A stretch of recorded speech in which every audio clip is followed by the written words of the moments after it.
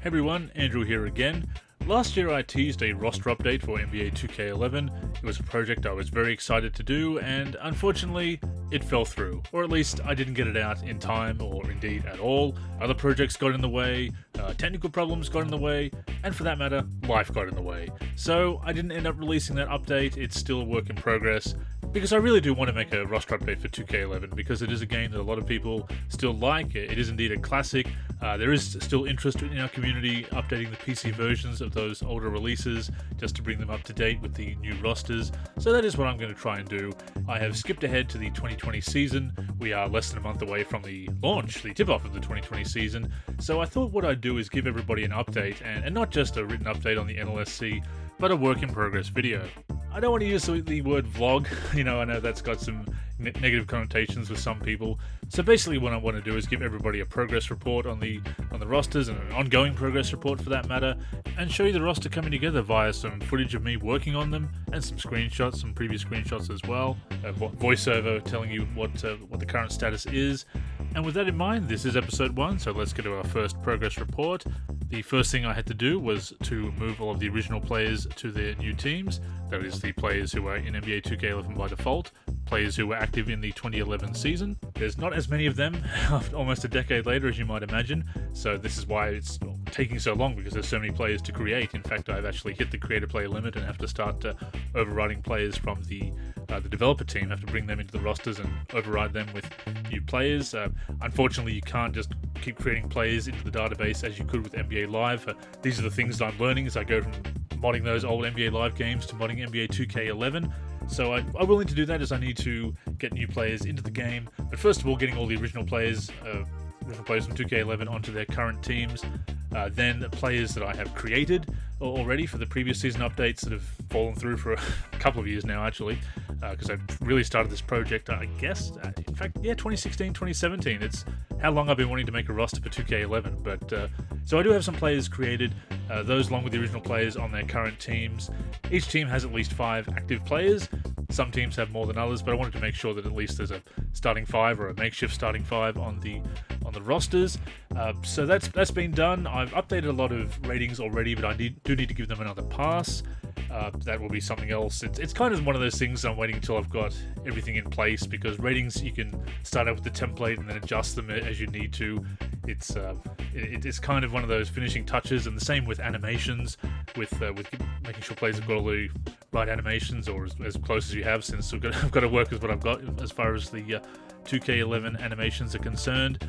Those are all really finishing touches, and things like accessory colors as well, little final touches that you put on the roster. It's really the meat of the roster is getting all the players created, so that you've got all the players you need in the game, in the rosters, on the teams where they're supposed to be.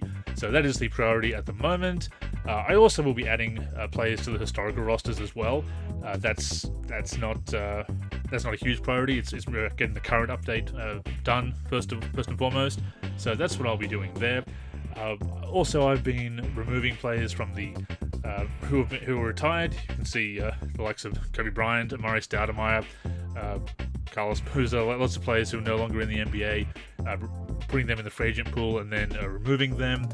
There are some players currently in the rosters who I will need to remove. They shouldn't be there. NBA 2K11 does require you to have 12 players on the roster at all times. So until I create all the necessary players, some teams, or pretty much every team I think at the moment, has a few former players, inactive players there on the bench, just filling out the rosters until they get replaced by the people. I don't really want to override any original players in case I do need to use them for historical teams and things like that, if I want to spice up the roster with extra content. But that, again, that's you don't want to have too much feature creep, so that's how you never finish a roster, and that's what sets back a roster. So that will all be taken care of in time. The other thing I need to do, apart from ratings upgrades, is make sure that, or ratings updates I should say, is to make sure that that biodata is up to date. That means years pro, age, if there's any fluctuation in height and weight for players, need to double check that against current listings and make those updates as well. I have made those updates, but they're now a season or 2 out of date, so I need to make sure that they are current as of, again, heading into the 2020 season. So that'll be something else that I'll be doing. I don't want to set us a concrete date for it at this time because, look, things can happen. Again, life can get in the way. Modding is not my job. Running the NLSC is a hobby, for that matter. All the content I create for the NLSC is a creative outlet. It's not my day job, so there are things that will get in the way from time to time.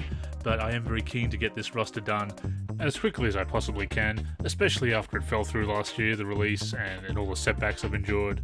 I'll be doing my best to get it out around the start of the 2020 season. I don't want to set that as a concrete date in case anything goes wrong. But again, the whole point of this series is to show you how it's all shaping up and give you the progress report, probably week by week or maybe a few times a week, depends how much I get done. And of course, I want to put most of the work into doing the rosters rather than this series. But I thought it would be fun to show you guys the whole roster coming together. It's very satisfying as a modder to watch a project come together, to come to fruition. So I thought I'd document the process so that I could share that with you, show you guys it coming together as well. Once again, there'll be a lot of finishing touches to do. I may even release a beta version around about the start of the season if it's pretty much all together. Another thing that I'll need to get is a lot of player faces, some updated jerseys, courts, things like that.